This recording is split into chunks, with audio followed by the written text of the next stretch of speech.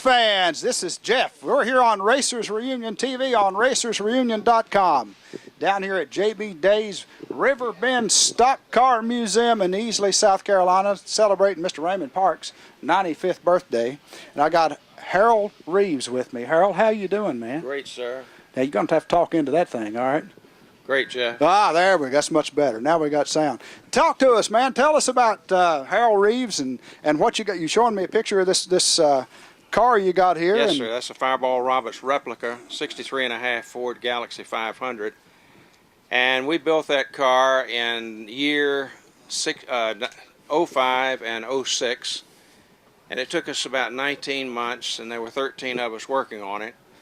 And we were all members of Living Legends of Auto Racing out of Daytona Beach, Florida. Uh-huh. I was involved with the building of the number 3 Ray Fox David Pearson Pontiac. Right. Then I had cancer, and so while I'm in the hospital, I'm thinking about something that I might be able to do to leave the fans in memory of Fireball Roberts. And so through my job, by accident, I came across this Ford. Came from Dallas, Texas, spent most of its life in a field, for at least 17 years of it, in a field in Texarkana, Texas. So when I got it, it had no floor pans, no trunk pan, and we started working on it, and what you see there is what we finished with. Awesome. And this car ran down there at Okakanichi Speedway, right? It was on display. Now, the only tracks it has been on, Darlington Labor Day weekend of 08 and the Greenville-Pickens Speedway in 06. I made 7 laps that night, and at Darlington I made a dozen laps, and I was speed somewhere around 110 miles an hour. No with this kidding. car at Darlington. Yeah. Awesome. Yeah. What kind of tires do you have on it? It has. Has it got bias tires on it? Has Goodyear LT 265 70s. It's a truck tire. Uh-huh. And it's pretty close to what they used back in those days. We tried and tried to find a Grand National tire, but those things are all dry rotted, or they're just not there. We went to Darlington a couple of times and took pictures of the car that they claim Fireball won the Southern 500 with in '63. Then we went and visited Lee Holman over in Charlotte, and Lee said, "I hope you took a lot of pictures." We said, "Yeah, we did." He said, "Well, I can't assure you the car in the Darlington Museum is the actual car." He said, "Dad got a call one day from Ford Motor Company, and they wanted to do something for Darlington Raceway Museum and Barney Wallace. And so they found this car up in Danville, Virginia, in Wendell Scott's yard, had Banjo Matthews go pick it up, and we restored it and delivered it to the Speedway sometime in 67. And it's been there ever since. Cool beans. Hey, I love the fact that you guys do this. I'm always fascinated at how you guys can go drag these cars out and fix them up, and I love seeing them. And have you been involved in any vintage racing? You do any of that? Does that interest you at all? No, but when I was growing up, beginning about age 15, Fireball became my hero, and I followed his career. I saw him win in '58 in the Southern 500 at Darlington. I worked for Oldsmobile Division of General Motors, and during the weekend I worked for NASCAR. So I had sort of the best of both worlds, and I got to know a lot of the NASCAR people. And I worked for Bill Gazaway, Dick Beatty. Bill Taylor actually hired me into the technical end, and I'd been involved prior to that in scoring with Joe Epton and Morris Metcalf. So I was learning all facets of the NASCAR sport.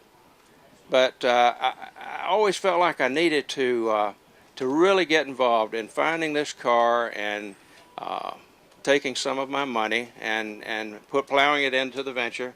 What you see is what we wound up with.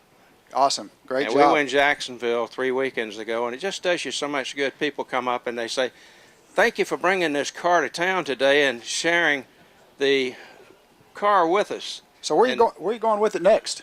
It will be going to Darlington and that will be after Hillsborough. So now, okay, you said Hillsborough. I was going to ask you if you're going to the Okanichi Orange third annual celebration of the automobile and racers reunion. I had to stop and think because Darlington and Hillsborough have reversed their dates. Yeah.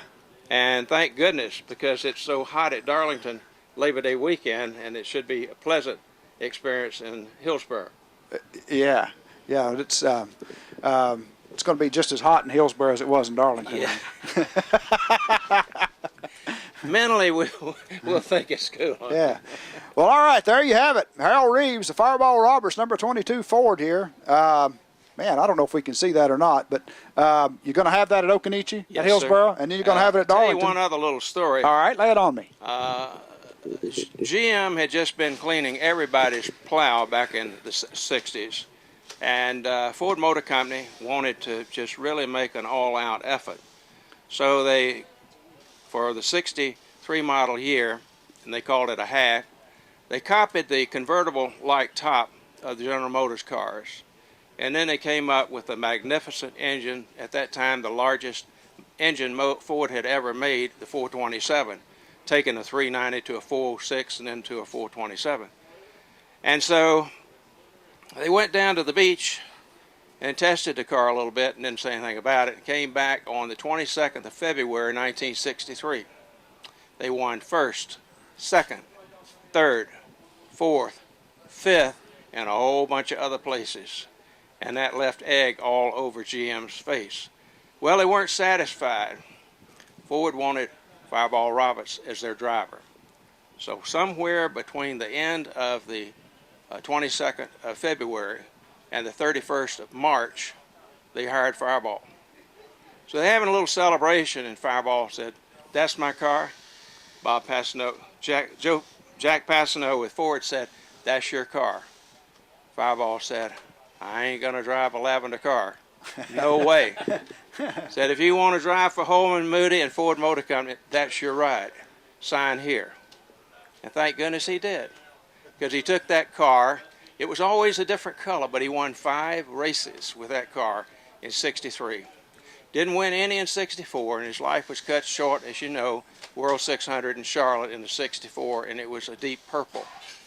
But what a wonderful sport. What a wonderful hero. And he was so far ahead of his class. He was the preppy Mr. NASCAR. He represented the sport well. He was well educated. He had a scholarship at the University of Florida. He was majoring in mechanical engineering.